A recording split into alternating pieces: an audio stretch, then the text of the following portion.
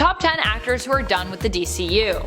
Number 10. Ray Fisher. Unsurprisingly, based on how it sounds like he was treated, Ray Fisher will likely never be coming back to play Cyborg. While I heard his complaints and already pretty much understood why he took issue with the studios after his experience, after seeing the Snyder cut of Justice League and how they did Cyborg dirty in Whedon's theatrical cut of the film, I now doubly understand why. Yo, Cyborg was supposed to have this whole thing in that movie. It all got cut. As a Cyborg fan, I was like, my mind was blown. I was like, what? Why would you do this? Number 9. J.K. Simmons. J.K. Simmons was originally tapped to play Commissioner Gordon in Zack Snyder's turned Joss Whedon's 2017 film Justice League. However, that was all he really got to do in the DCU. This was supposed to introduce his character, who would then have a more prominent role in Batgirl, but we all know how that story ended, don't we? Number 8. Pierce Brosnan. Pierce Brosnan was probably my favorite part of the Black Adam film, with him playing the role of Dr. Fate's Kent Nelson. Sadly, he also meets his end in that movie, passing on the Helmet of Fate to his colleague Hawkman to use one last time before it just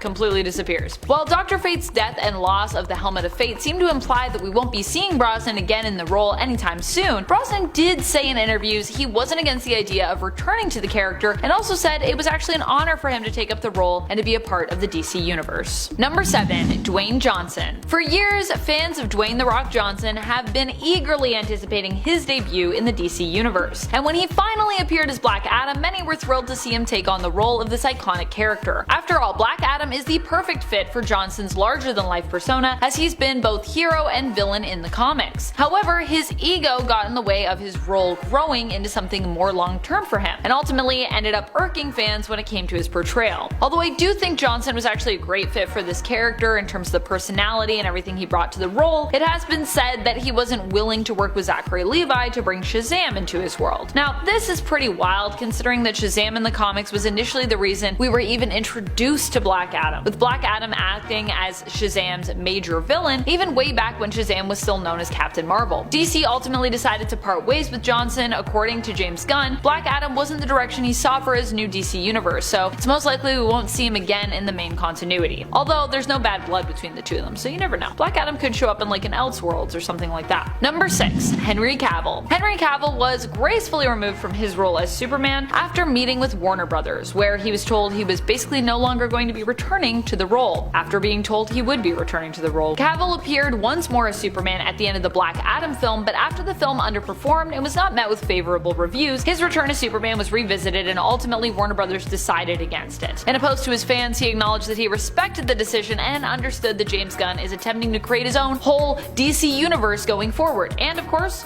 these things sometimes happen. Number 5. Amy Adams. This one seems to be based on